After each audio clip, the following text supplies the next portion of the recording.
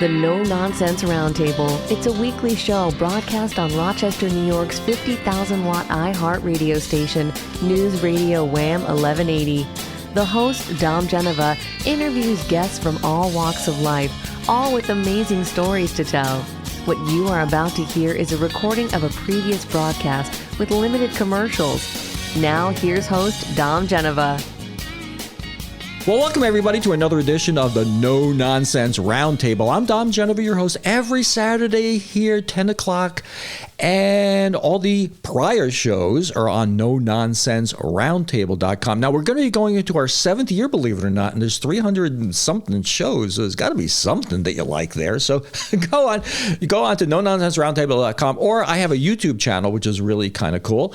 And listen to them there, or listen to them over and over again. Now, I have sometimes shows beget other shows. And a couple of weeks ago, I had Paul Celuch. That's how you say your name, right? Paul has this deal. He has this company, College Assistance Plus. And in a nutshell, what he does, he advises families about their children at what schools that they should consider, budgets, strategy, tactics. He is an advocate and a negotiator for the families. Is that pretty much a way to describe yourself? Yep. We try to take a consumer approach to the whole college process. Right. And it was a very good, very, very, very well-received show. And we actually had a little time left over on the show. And my producer, Justine, who is absolutely phenomenal, she goes, well, we really should make another show. And I said, well, let's dovetail this with a good friend of ours, an educator, somebody who has all the experience in the world on the academic side, both teaching, and she was the dean of the Saunders College of Business at RIT, a good friend of mine, DT Ogilvie.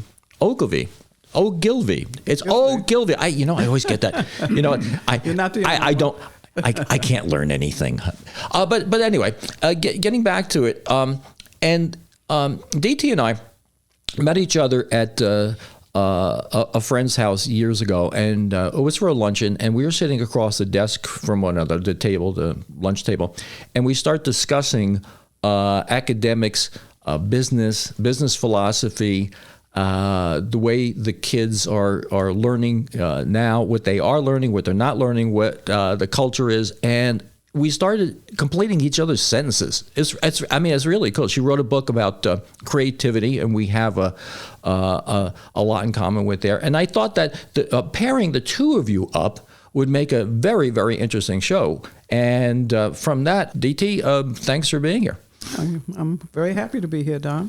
So what I'm going to do is kind of throw it to the two of you sort of in a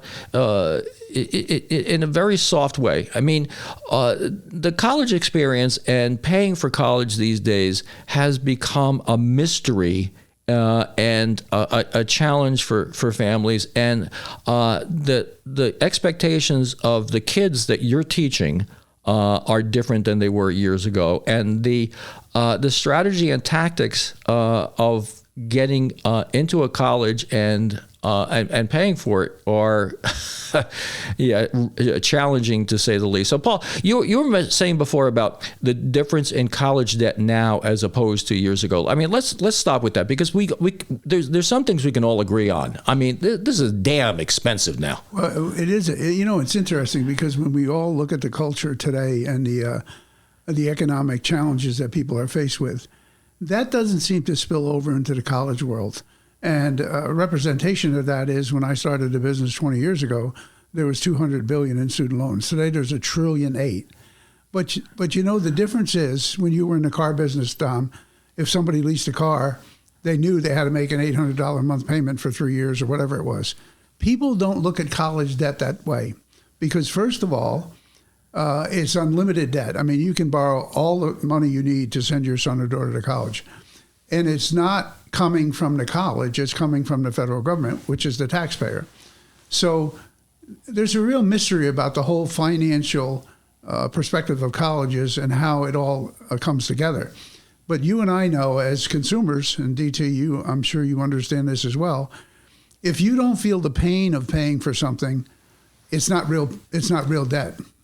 Well, I just kind of put two and two together. Back in the day when I was in college, they gave us the concept of financing. And they talked about the 4 C's of credit. And the first thing is credit. I mean, do you pay your bills back? The other thing is character. I mean, do you have a steady job? Right. Well, you always have a steady job.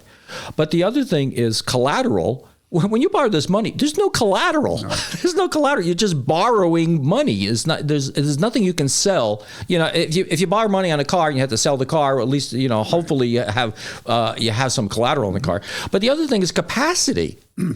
So what we're really talking about here is your capacity to pay the loan back. Well, exactly.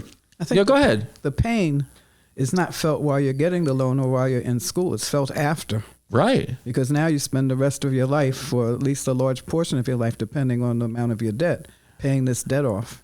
Right.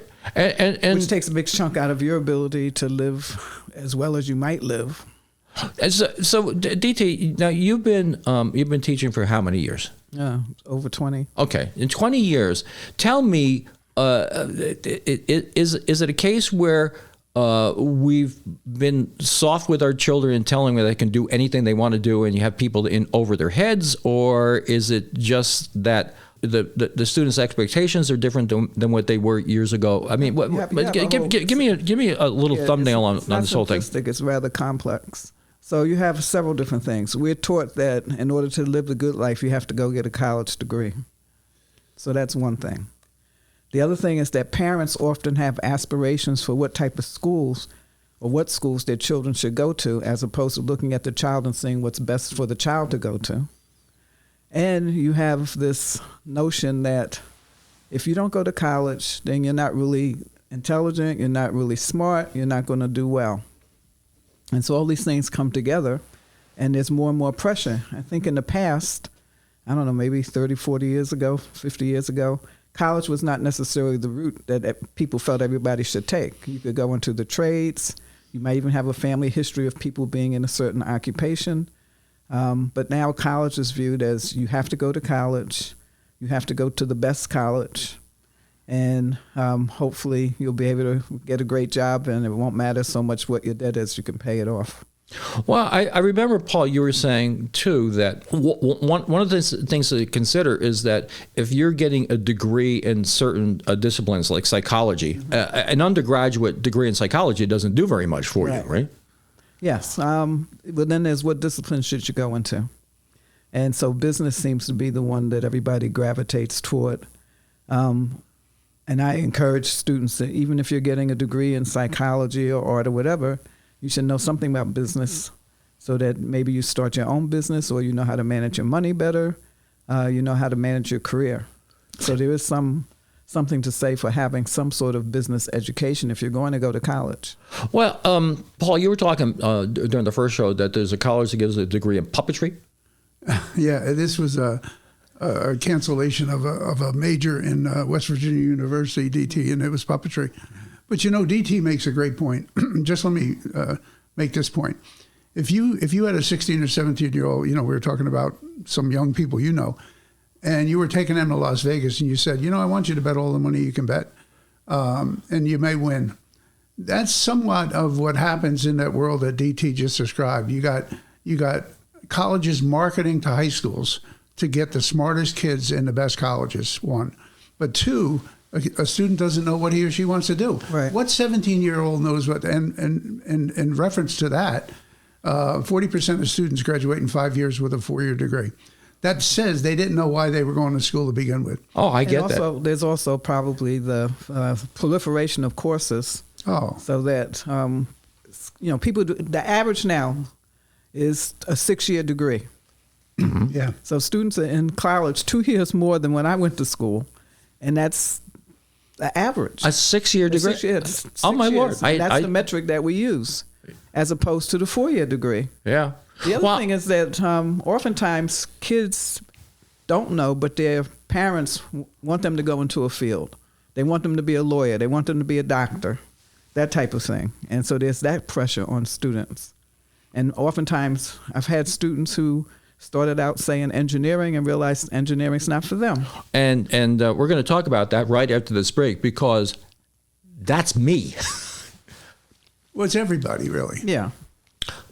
Well, and no, literally it's me. Because I went to school. I went to St. Bonaventure. They had a program where you would go to St. Bonaventure for 2 years and then 3 years to the University of Detroit for a work-study program. Well, they should never have accepted me for an engineering program. I never had any physics. I didn't have any calculus. And I'm in my first semester, I got a 178.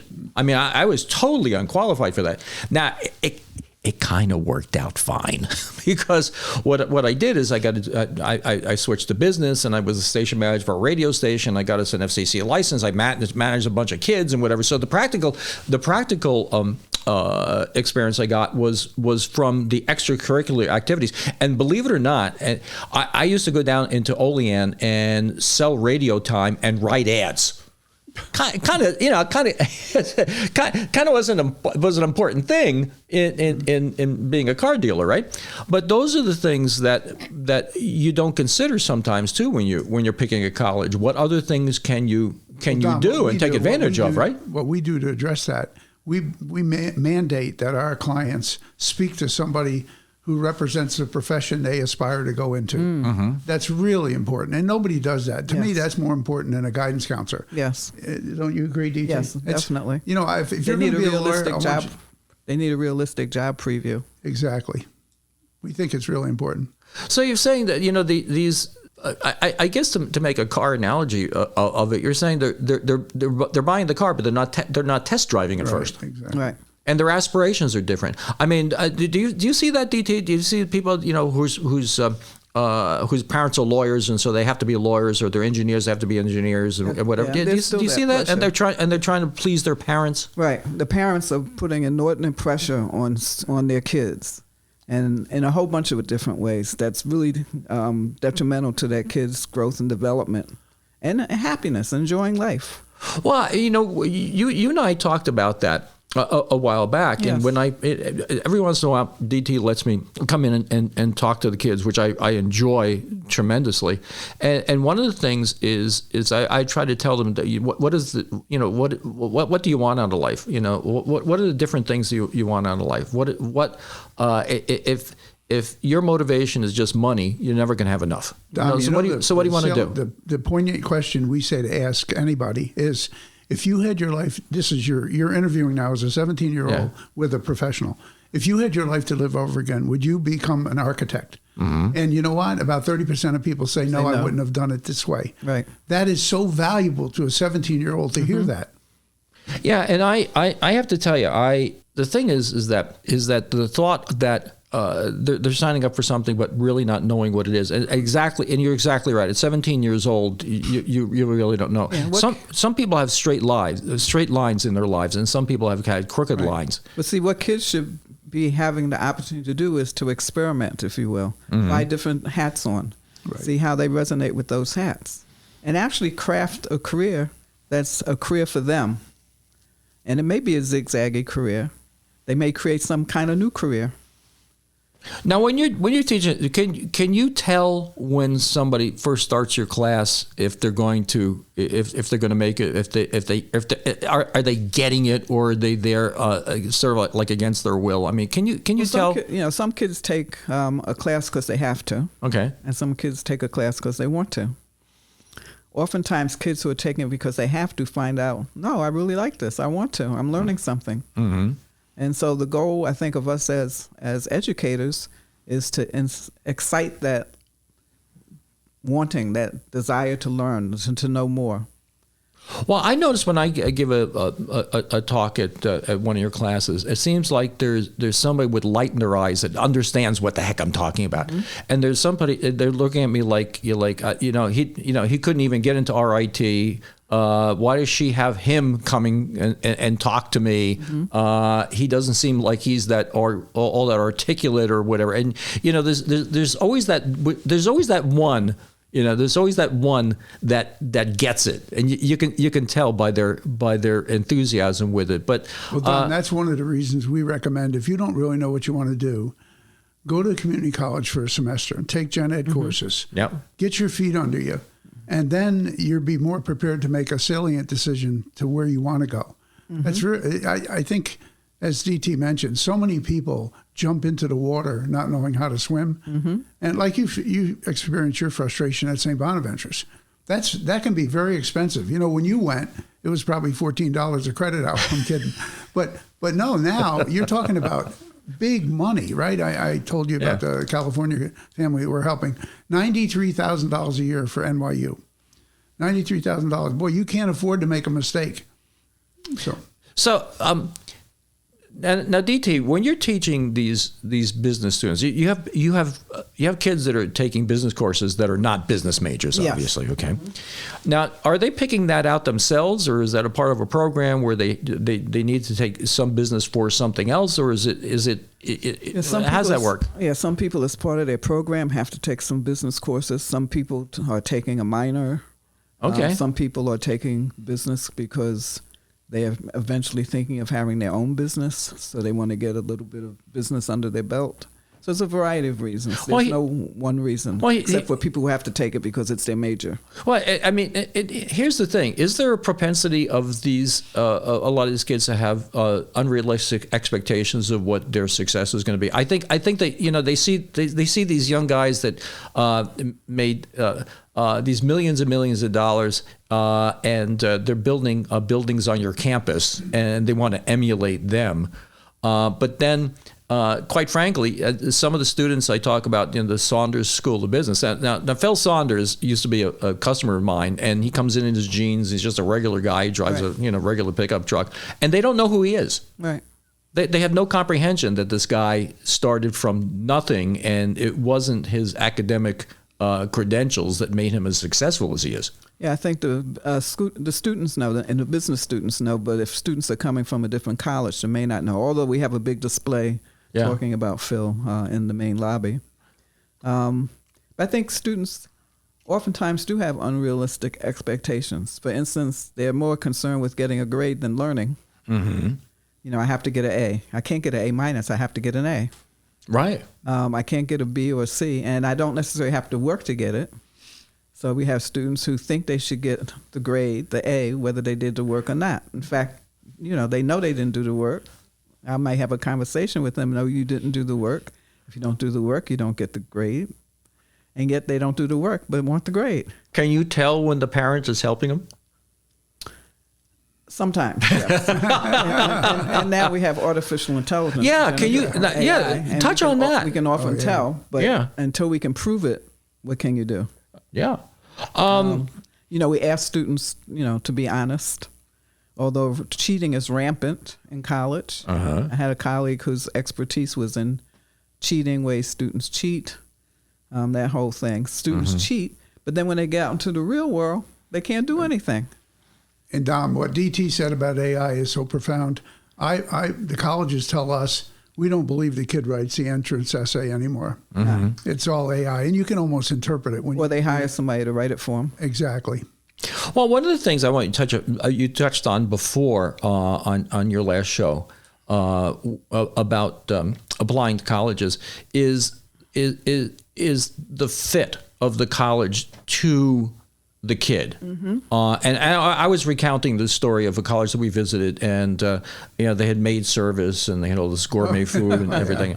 And the concept was, I think it's worth repeating. This college counselor is saying, well, if the parent, if they came from a privileged home, then they'll do better in college. In a privileged environment. DT, I see you kind of squinting at this. The same thing I thought. It's like, okay, well, your parents gave you all that privilege and living in that luxury life, and now you are going to go to college and get the benefit of that from them or your student loan, but you did not do it.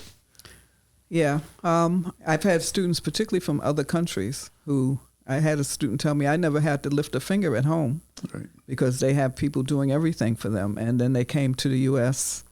and found that they didn't go to that school where they had maid service, so they had to do their own picking up and their own cleaning and so forth. So it's been culture shock. But the student had a hunger and saw that education was a key. Mm-hmm. For students who, particularly first-generation students or students who come from other countries, often see education as important to their success, and they want to learn because they want to be the best. Mm-hmm. And so they don't have this, I deserve to get an A because, I'm here. Either my parents paid or whether I got loans or not, I'm here, so I should get an A no matter whether I work for it or not, whether I learn anything or not. And they're so focused on grades that they oftentimes don't learn much. And then when they get out to work, they get a rude awakening. Well, and that false hierarchy that DT refers to can be compared to areas where we live, right in Western New York. If you go to school in Orchard Park or Williamsville, it's a lot different than going to a school in Avon, right? Mm-hmm. And so the expectation levels that the guidance counselors sometimes have of the students are unrealistic. But that all translates into how much a school costs you and how much you borrow. And that's why we got the situation where we have today. And now we pause for a few messages. This is Dom Jennifer from Myers Creative. People get DNA tested to see where their ancestors came from, and that's all you get, where they came from. How about if you could actually have a video of past family? Well, you can't do that for the past, but you could do it for the future. John Myers can visit your home and video a professional and thoughtful interview for you to pass down to generations. Book one for yourself or give one as a Christmas gift to mom and dad to talk about their story. Or both. Go to lifeinterviews.com. Well, welcome back. You're listening to the No Nonsense Roundtable, and our guests today are Dr. D.T. Ogilvie, who is the former dean of the Saunders College of Business at RIT, and Paul Celuch, who has a company that gives you advice about how to send your college kid to college affordably. So, DT, let me talk to you about this anxiety thing, because I think you're absolutely right about it. So, in one case, the kids are judging themselves not on local geography or local culture, whatever. It's like on a global rate, I think. I mean, if you don't have 18 million followers on TikTok, you're really not successful because you're comparing it against this global thing. I mean, am I touching on something right about that? Yeah, I think for the people who are doing social media to get likes, then getting likes is the end all and be all. Mm-hmm. And I guess they view it as some sort of measure of their acceptance by others. Well, although it may not be that. Well, yeah, and here's the other thing is that my philosophy, we talked about this before, is that it was about 20 or 30 years ago that I think, looking at things just as a casual observer, that we wanted our children to have better self-esteem than they had. Right. Okay. Yes. So now we started giving them encouragement. Yes. But encouragement is a two-way sword. Right. If you encourage somebody, if you give them a reward for something that they didn't do. Right. Yeah. And the reward culture has really disadvantaged and disserviced students, because if, Mary is on the baseball team, she can't hit a ball, she can't throw a ball, yet she gets a trophy at the end of the season, that does her a disservice. Mm-hmm. What they should have done with Mary is say, okay, Mary, let's teach you how to bat. Let's teach you how to hit a ball. Let's teach you how to catch a ball. Let's teach you. And what happens when Mary learns and can do it, then her self-esteem rises. Mm-hmm. She feels I've accomplished something. Mm-hmm. But when she gets a trophy for not doing anything, then that's the wrong signal. And she knows she didn't accomplish anything, yet she's getting a trophy. And then it becomes sort of seductive to get these trophies, whether you've accomplished anything or not. Well, let me take that to a different level. Mm-hmm. I think what DT says is so profound. First of all, if you walk around a college campus, nobody's looking where they're going. They're looking at their phone. Mm-hmm. Mm-hmm. Just like a restaurant today is terrible. Right. But I had an interesting experience the other day. I have a good friend who develops a drama club at a local high school. And she has auditions. And to DT's point, she put up about a 5-paragraph explanation of, and I'll just paraphrase it, if you're unhappy with the role you received, please come to me personally, and let's talk about why you were selected to be whatever character you were selected. This is not a personality contest. This is all about the way I perceive you to be able to deliver this role. And when you comment to me, please keep in mind I'm a human being and I'm a parent and I really care deeply about you. And I said to myself, that is wonderful, because if you can catch that person, that young person, in that time of his or her life, where you realize you're not the greatest whatever, and we selected somebody for good reason to be in a different part, you are making a huge difference in that person's life. If that happened to everybody, boy, it would change society, because we are trained to believe that we're the best at everything, right? And we're the superstar. But I said, what a wonderful thing for that teacher to write that and post it on the bulletin board. Please come to me and talk to me about why I chose you for that role. Well, and I'll tell you a story about my own life. Somebody changed my life when I think I was 10 or 11 years old, and it was a little league game. I was small, and I really don't like playing baseball that much, and wearing glasses, so I take the glasses off. I can't see. I mean, I have no depth perception. So I'll never forget this, because it was something bad, but it changed me for the better. Is that a parent comes up to me with his son, and he looks at me after I struck out, and he goes, "You dumb shit." Okay. Now, yeah, that was 60 years ago, right? 60, 61 years ago. That's when I decided that I wasn't going to be a team player anymore. That if I do something, I'm going to do something myself, my own way, not ruin it for anybody else. And my entire life, I've kind of been that way. Even when I was working at Chrysler, well, you're not a very good team player. Well, no, I got my own idea. I'm going to do my own thing, and I'm going to go out on my own.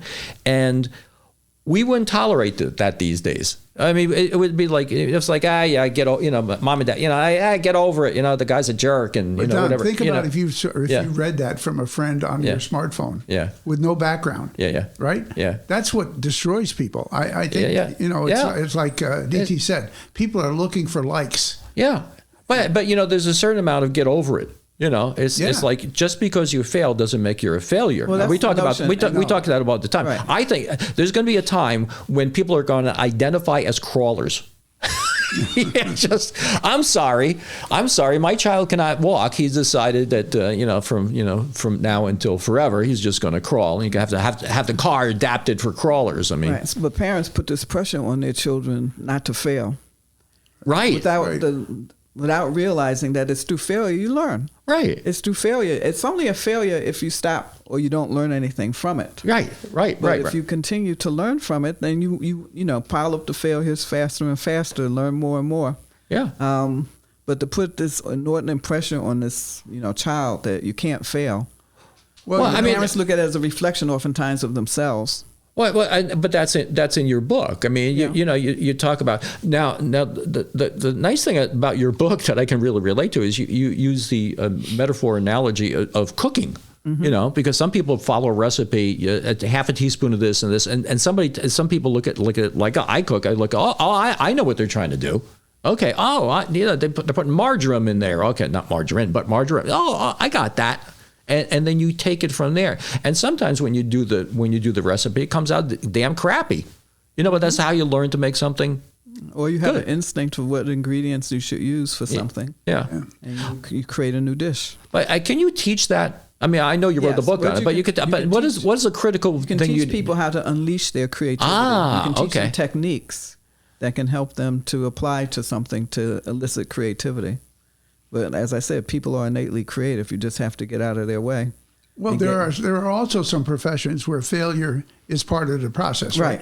I think I told you, Dom, about when I was hiring for IBM salespeople. I'd say to the candidate, "Have you ever been rejected?" And he or she would say, "Well, what's rejection?" I'd say, "Well, did you ever ask a girl or guy to go to a dance?" And they said no. And they'd say, "Oh, that's terrible. I don't want to do that." Well, you do it every day in sales, right? You're rejected constantly, and you have to learn to overcome that and go on to the next success. That's why I never liked selling things. I had people that did that for me. Yeah, not everybody. Yeah. I'm not real good with that rejection. With that rejection I part. used to give my students a sheet with no's all across to the bottom. Right, very last thing was a yes. To say, you have to go through a bunch of no's to get to a yes. Exactly. But I mean, is it that we're trying to protect our children? Is this what it is? Is it helicopter parents, and we just love our? It's a false sense of love. Is that it? Every obstacle so the kid doesn't grow. Yeah, the stunted growth of their kid without realizing how they're disservicing their kid. They're actually having a deleterious effect on their children. Well, and the other thing too is let's dovetail this with your business, Paul. I mean, so you're hurting them with the love. I mean, that's really what it boils down to. You're putting them in a position that DT made the comment before about Pennsylvania, I think, DT, right, or an Ivy League school. The common misconception is if I graduate from an Ivy League school, I'm destined for success. Right. We know a lot of people. DT, you could probably write a book about this. It's not where you go to school. It's what you do with the degree afterwards, right? And Dom, you hired people for years. Yeah. I don't care where you went to school. If you perform the job well, and are successful, I want more like you. And we can teach you some of those skills you need to be successful on the job. Exactly. But schools, part of the thing is we don't really, the criteria that we use to determine where somebody should go are warped. We need a better set of criteria to be able to look at a child and see where's the best fit for that child. And I think that's what you're doing in your business, helping them to determine that better than what we traditionally use for kids to get into school, which is their grades and their test scores.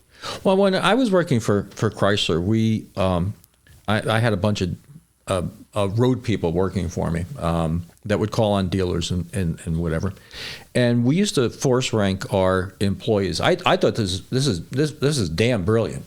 Yeah, there were 3 P's. Okay, there was performance. How well are they doing now? Potential. Is the person going to be president of the company someday? And promotability. Promotability, the concept, is this actually a concept of promotability was something I just learned from Chrysler. Promotability was you may not be seasoned enough for the next step. Right. You need to learn your craft better before we can put you in that step. Right. And I think what happens with Ivy Leagues or the name schools, you went to Princeton, you know how to do X, but you really don't.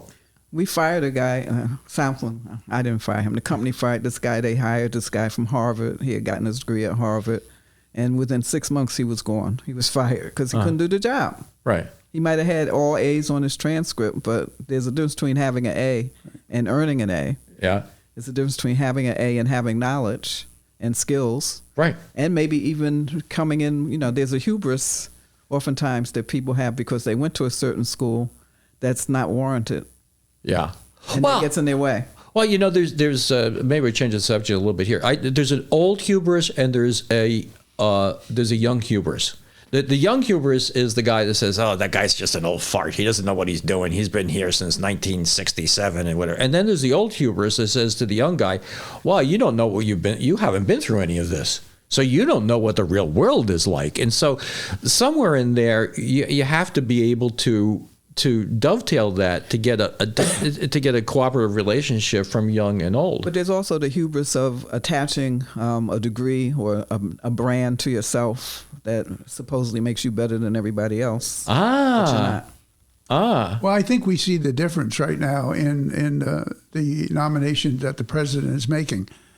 When he was the president before, he was a little bit naive about the people he selected. He has really thought this through now, and I'm not defending any selections, but the fact of the matter is, they do talk about their educational credentials, but they also talk about, hey, he was in combat. You never hear that, and you know what I mean? That's where the rubber meets the road. So, I think education is a big part of it. But if you're not around people like DT that will tell you the way it really is, you're missing a big bet. And I find Yeah, That's not always the case. No, and that's why I delight in knowing DT is because you have this balance of having been there yourself in business, so you've seen that side, and it's not. Oh, yeah, you teach theory, but in a reasonable way. It's like when I give a talk, I had to learn the calculus for linear regression. You get people that do that for you. I mean, the president doesn't know how to fly an F-16. You got people that do that for you. I don't do my own dentistry. I mean, there's some things that you have to depend on other people for, and that's the thing. Now, Paul, before we get too far into the show, let's talk about how to get in touch with you. Because I mean, DT doesn't sell stuff for a living. I mean, I know you like to have students and people, attend to college and everything, but you don't get paid per person. Yes, we can talk about your book, but your my personal phone number is 585-202-1636. And our website is collegeassistanceplus.com. Collegeassistantplus.com. Did I say that right? Collegeassistantplus.com. So collegeassistantplus.com. And the website is really got all our information on it. And but I think I'd welcome a call to me personally because I could quickly analyze whether we can help you or not. Yeah, well, give that number again then. 585-202-1636. 202-1636? 36, yep. You see how I do this, DT? Mm-hmm. I'm shameless, aren't I? But your book on creativity, let's talk about that. Yeah, so I wrote a book with Chris Bilton and Steve Cummings called Creativities. And it's on Amazon, or you can get it from the publisher, E. Elgar. Mm-hmm. You can get the hard cover or soft cover, or you can get it on Kindle. And give me the bottom line point of the most important thing of the book, the point that you try to make. The book is that there's not just one creativity, creativities, and how you go about eliciting that creativity out of your audience. If you're, you have a team, usually, it's usually not just one person. Because one person still needs other people in order to bring out their creativity or help them to bring it to market. So we have little stories about how that's done. And we talk in terms of recipes. Right. So different recipes work differently for different people. So as you mentioned, you may follow a recipe exactly and come out with a beautiful cake. Or you may improvise and come out with a beautiful cake, different cake than the first cake, but still a great cake nonetheless. And so understanding the different, who, when, where, how creativity is done makes a difference. Well, what I got from the book is your emphasis on a collaborative effort, but because you might be very, very well. Look at Edison as an example. Yes. We talk about Edison and the light bulb. We don't realize that he didn't design the filament. We know he tried different things, but he finally found a guy who had the filament. Mm-hmm. We know that he had a team of people that helped him to take his ideas and turn them into ideas that could be built or developed. And so it's not just one person, the lone genius. Just like we have this whole thing about the leader that doesn't need followers because it's just so brilliant. Leaders need followers. Creative people need other people. Well, and I mean, to your point, my book will be done probably in a few weeks, and I hired somebody to do some research for me. I had somebody's doing some writing for me. I hired a co-writer, and my daughter, who does these things for a living, she's a very accomplished photographer, is doing the book cover. But I don't know how to do any of those things. But it's pulling people together. But the idea itself is something else. Well, that's like I mean, and I don't know if this will make it on the air or not, but the thought I have, I don't think I talked to you about this yet, Paul, but and actually DT and I are working on this concept, is that we have in Rochester this incredible quality of life that a lot of people are just not aware of. And we've kind of been defined by, lake effect snow, garbage plates. I mean, the problem we have with, maybe some law issues and whatever.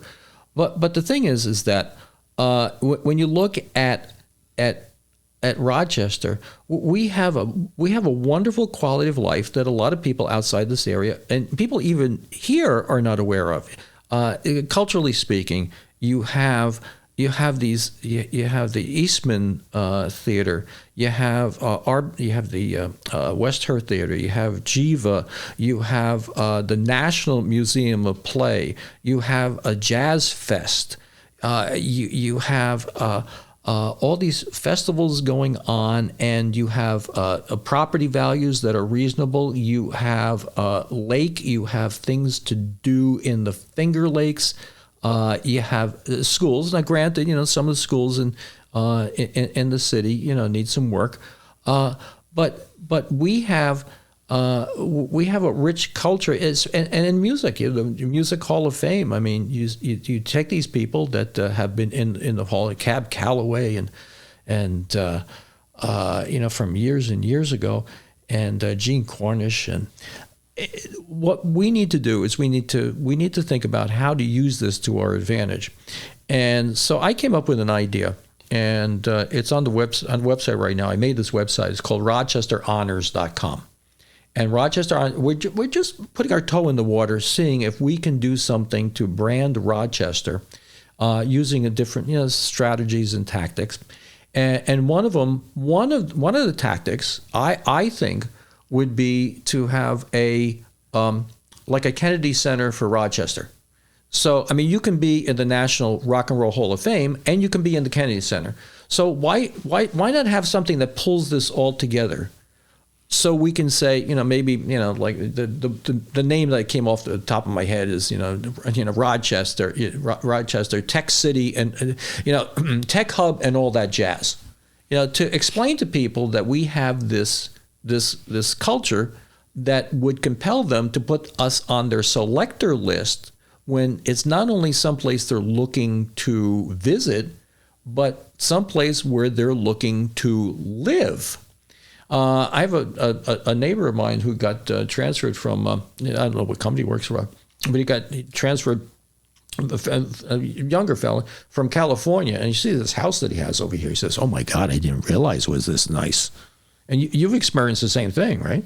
Well, I did in the corporate world. When I moved here the first time, I've moved here a couple times. The first time there were 250,000 Kodak, Xerox, and Bausch & Lomb jobs. And that imprint is still in Rochester. Mm-hmm. Malik Evans is a friend of mine. He was my officer at Eastman Savings and Loan before he was elected mayor. And he has the same vision. Yeah. But it's really tough, as you know, Dom, to change the philosophy and culture of a city per se. But this is one of the best kept secrets in America as far as I'm concerned. Well, I'm going to give you a book. Did I give you the book, DT, the Stone Soup? No. Okay, so I'm going to give each of you this book, and it's a kid's story about people that come. This one happens to be monks in some place that I think might have been China, whatever, and they come into a town and they want to make soup for everybody. They want everybody, and the townspeople are all no, we're not going to do that. He says, well, let's have a cauldron of water. We're going to make you stone soup. And so the monk puts this big cauldron of water together, puts some stones in, and says, well, this would be a little bit better if we had some celery. Anybody have some celery? Oh, yeah, I have some celery. Puts the celery in. Oh, celery soup. That's good. Somebody have tomatoes? Somebody have tomatoes? Oh, yeah, I got little tomatoes. Okay, and they put the tomatoes in. And it goes on and on and on. All of a sudden, they have a cauldron of soup. And the reason they have a cauldron of soup is because their mind was changed from thinking it's a zero-sum game. And that's what happens creativity-wise, is everybody thinks it's a zero-sum game. Oh, if we do this, we can't do that because we do that in our organization, and that's not going to work there. And this and that and the other. And what it does, it stops people from progressing and collaborating because everybody thinks that they have to give up something and they're going to have less of what they have, not understanding that, like Kennedy said, a rising tide lifts all boats. And so that's what the little commercial for me here. It's the site now is RochesterHonors.com. Just a working title on it. We're going to talk about these things because I know for a fact when I was a corporate employee for Chrysler, you would look at the different places that you would be transferred to, and it's like, oh my God, I hope they don't send me there. Syracuse. It was the Syracuse zone. Now, to me, I love Syracuse. I would move to Syracuse from. I was in Charlotte, North Carolina. I would have taken that in a heartbeat. But a lot of people, Syracuse. Why don't I go to Syracuse? I want,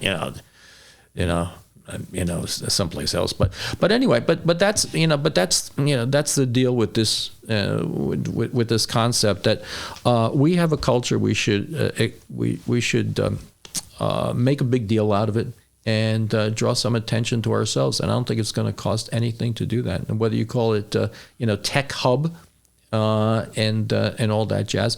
Now, you were talking about about Malik Evans. Well, on that website is my interview with Malik Evans, and we talk about this.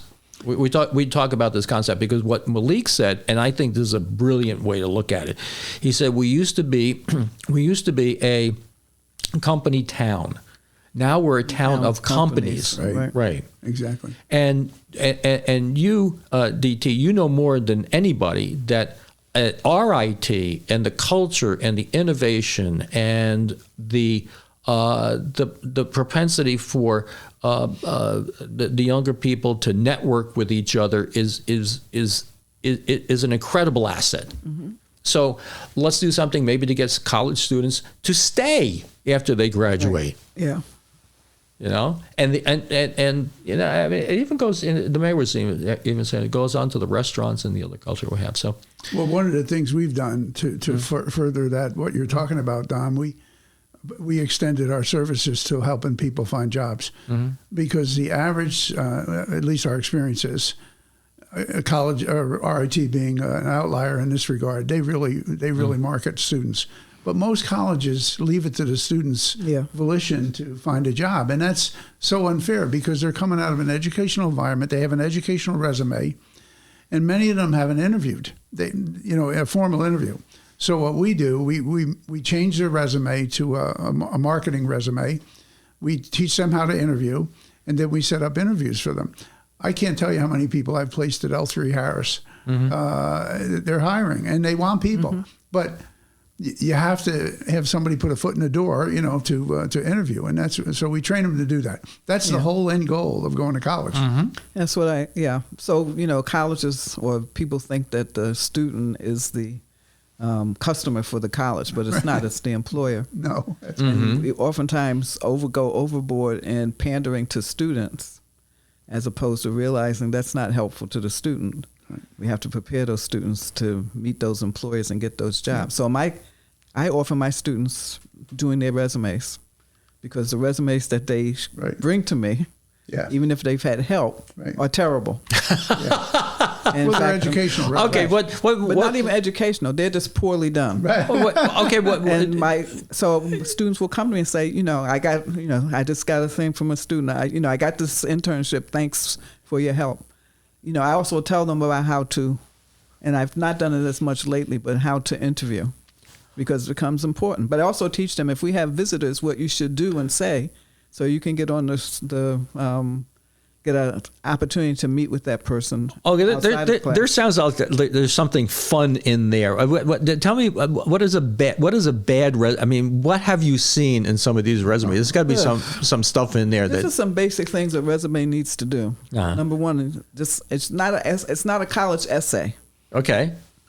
It needs to have bullet points. It needs to have active verbs. It needs to have numbers written out as numbers, not as words. It needs to. Ideally, it will tell a little story in a sentence or two of what you've accomplished, how you've demonstrated that you have a skill. It doesn't have to have trite interests. One page? Depending on your background experience, then it could be more than one page. It shouldn't be one page and this couple of hanging sentences, of course. We find that most employers don't get beyond the third bullet point. Yeah. But what's really important, and I think DT would agree with this, at the top, you need what your goal is. Your goal has to be what you can do for the employer. I'm looking for this, because nobody cares what you're looking for. They want to know, what can you do for me? That's right. That's a very, very good point. Right. So if you're going to have an objective or something at the top, it needs to show what you can do, how you're going to apply these skills that you have to help that employer do something. The thing when I was interviewing people is that that statement, I'm a highly motivated individual with a track record in blah, with innovative, it's like all these adjectives. This isn't a contest to give me as many adjectives as you can get in a sentence. Your resume generally will go to somebody in HR. Yeah. And what they get a pile. And their goal, I ask students, what do you think their goal is? To look for the best person? No, their goal is to get rid of many of these suckers as they can. So what makes them stop and put one in the keep pile as opposed to most of them in the round file? Uh-huh. And so there's certain things that you have to make it stand out. And then nowadays, they put your resume through AI. Through some system that looks for keywords. Yeah. And so you need to know how to write so that you have those keywords. But it's also, if a person looks at it, it's attractive to that person, so they want to. But I've had excuses that you won't believe. One that comes to mind is I set up an appointment with a young man to interview with a company here, and I called and I said, Ted, how'd it go? And he said, well, I couldn't go because my cat was sick. That's a true story. Now. So think about it, judgment. As a future employer, what that says. I canceled the interview. Yeah. I'll give you a couple. So this young man, as a matter of fact, is a potential intern from RIT. So I call him up and I said, well, I'd like you to do some research. I want you, go on and get the names of all the. Of a bunch of people, stuff and whatever. He goes, okay, research. He goes, oh, okay, let me think about that. And I said, well, I'll pay you, like $20 an hour. I'm not cheap. I'll pay, you can be an intern, maybe do $20 an hour. And he calls me back and he goes to me, he goes, oh, tell me more about this research. My mother wants to know. Yeah. I go, how old are you? Right. He goes, I'm 20. It's okay. I'm hiring two people then, right? I'm hiring him and his mother. Like, even if that was it, why would you say that? Right. Yeah. Right. Why would you say that? So you got the other thing. You have to read the room. Now let me give you a Chrysler story. Back in 1977, when I interviewed for Chrysler, they're looking for street smart guys that could go toe to toe with these dealers because the dealers are all, it's a rough crowd, so I had been working for Motorola, and I told you my territory was the South Bronx, Hunts Point, and it was so bad you had to park on the sidewalk to get the junkie, not to be accosting you, because you had to keep him between the car and you, so you can get in the car, and you're always worried about.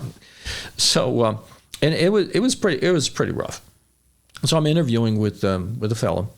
And he says, blah, blah, blah, because what's the difference between a diesel and a gas engine? I like cars, so I could tell the guy.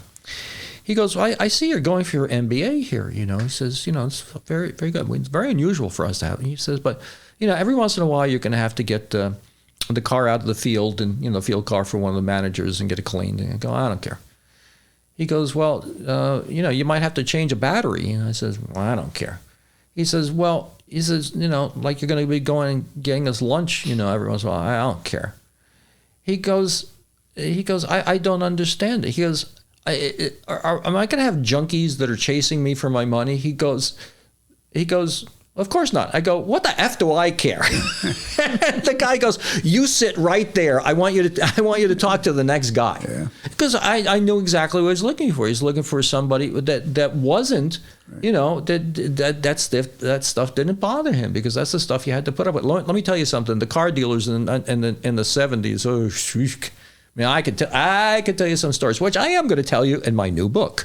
Well, some of it at least, not all of it. But I think what you're referring to is what DT, if you don't have a professor who really preaches common sense, right, that's right. a real problem. Right. And I don't mean to paint everybody with a broad brush, but there are people that live in an academic ivory tower, and they've never had to look for a job. So how are they gonna counsel somebody in a good resume, or what you should say, or what you should do? I think that phone, as we talked about before, Dom, is the worst impediment to communication we've ever come up with. Yeah. Because texting is not communicating. No. Well, it's lacking nuance. That is the thing. How many times have you texted somebody something or emailed them and they didn't get the inflection that you were talking about? Right. And that's why I try very, very, very hard not to use humor in my texts. Yeah. Because the subtleness of it is sometimes lost on somebody. Right. Mm-hmm. And we are losing that ability. Like I said, I think we're all going to be connected like some big coral reef, 100 years from now. From an educator's point of view, what also is happening is that students no longer read, and it's evolved down to the high schools and whatever before that. As that now, instead of having students read a book, they read a chapter maybe of a book. Mm-hmm. So the Iliad, they will read a chapter instead of reading the book. Where students are losing the ability to think critically as well as creatively, and it's making a profound difference. So they're very susceptible to being buffaloed, no pun intended, buffalo, by whatever somebody puts out there. And they don't think deeply about things, and it's going to have a profound effect on this country. I saw online, and I don't know if it's true or not, but they were saying that there was a college that said, that it wasn't, they didn't want you to read To Kill a Mockingbird, see the movie. Yeah. I mean, and how much are you missing? Right. Oh, yeah. How much are you missing if you're watching the movie? I mean, right? Yep. And students don't even like to read even short things now.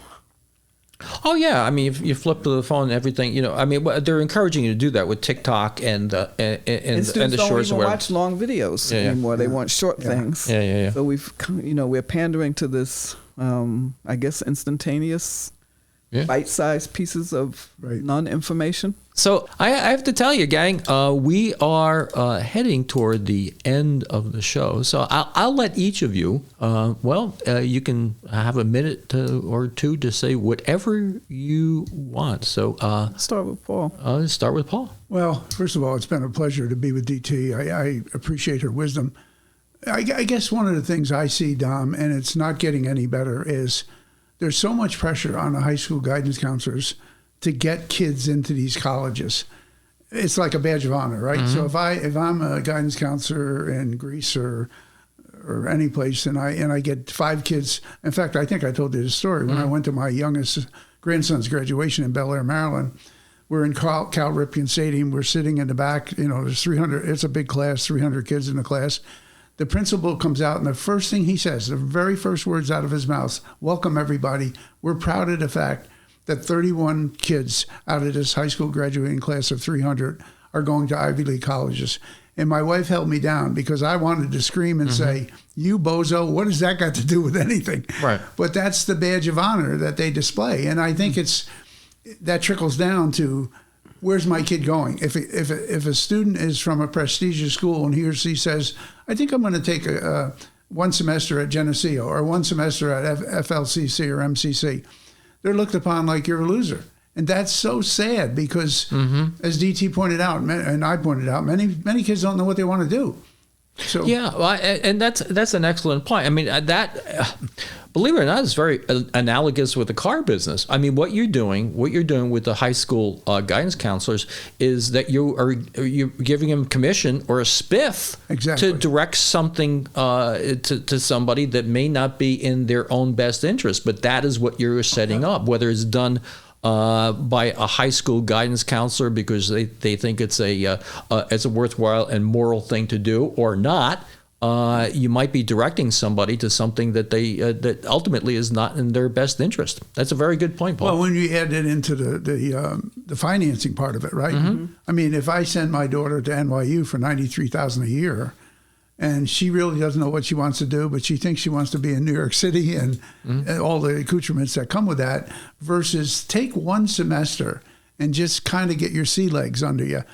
There's a lot of pressure. It's financing with no collateral. I mean, I don't care if you buy a house or whatever it is, you finance something. At least you have something. I mean, there's absolutely no collateral behind it whatsoever. So, DT. Yeah. So one thing I will say is that It's not a bad idea to start at somewhere like MCC and then wave into RIT or UR, whatever school you want to, because we do. All schools accept transfer students. And so that's a way to get something under your sea legs under you, to save your money, and make college more affordable. The other thing is that colleges do have discount rates. In other words, we do give scholarships. And so keep that in mind. But make sure you understand the true cost of going to a particular school. Another thing I want to say is that probably the most important thing a parent can do if they have a child, well, if they're a parent, they do have a child, is to teach their child to love to read. Because reading gives them a gateway to the universe. It helps them to learn. It helps them to grow. It helps them to experience things vicariously that can be important to them. And for them to experience in vicarious ways different potential opportunities. And so I think reading is not only fundamental, it's necessary. And if you can teach your child to learn to love to read, then I think that will keep them from being on their phones all the time, because they will read books. And Dom, I would just add to DT's comment, it was really powerful. A transfer-in student has a lot more clout to negotiate than a So if I'm transferring in, remember, freshman trits, that kills a college. So to backfill for those people, you got that scholarship money hanging out there, and you really are more attractive. Well, it makes all the sense in the world, because if the child did well in that school, well, they know that the child showed up on time, studied. I mean, it's kind of a known quantity, because it's not a new product for them. I mean, I don't care if it's a car or whatever. When it first comes out, the product is you know the reliability of it. And the fact that they spent 2 years shows that they're going to graduate. Yeah, exactly. As opposed to we get a student, they come in and they drop out after the first year, and that hurts our numbers. Well, and that happened with Alexandra. I mean, Alexandra went to Manhattan College, a Catholic with a small c. She was there, and she hated it. She absolutely hated it. I mean, the Manhattan College, there's, Jay-Z, New York, or whatever. Well, it's like. It's like an hour subway ride down, to downtown. I mean, you're in New York, but you're not, and you're from the Bronx, so you know where Manhattan College is. And she was absolutely miserable. But then we said to her, okay, and talked about changing things. I said, all right, this is one of these situations in life where you have to dig yourself out. We are not picking you up and putting you in your bedroom and having you cry and blah, blah, blah. Okay. You find where you want to go. We will support you in your endeavor.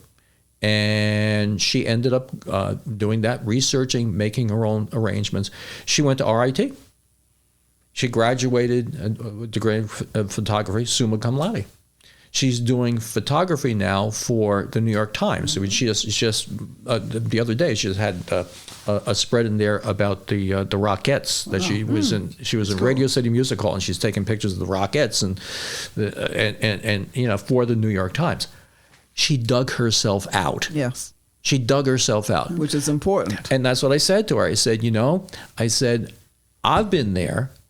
You dig yourself out, and then you can look backward. What a different experience if you had dug her out instead of letting her dig herself out. Just think about her self-esteem. Right. Just think about her confidence. Right. Just think about her ability to problem solve. All of those things came into because you guys had the wisdom that many parents lack, because many parents would have dug her out. Yeah. And then she never would be where she is now. Right. And I think that what you and I talk about all the time is that failure can be a very, very good thing for you. Yes. It just changes the metal of your soul, and you just don't get it. You just don't. You get resilience. You can't. Yeah. And the thing is that you can't look back and take a look at all the things that have happened and not and not look back at them at one or two things. One, oh, poor me, I went through this. Or, hey, I went through this and I survived and I'm better for it. And I feel better for myself for having accomplished this. So with that, we have like 3 shows here. But it's been great talking to you guys. So you're listening to the No Nonsense Roundtable every Saturday, 10 to 11 on News Radio Wham 1180. Thanks for listening. Don't forget to like and subscribe, and we'll make more.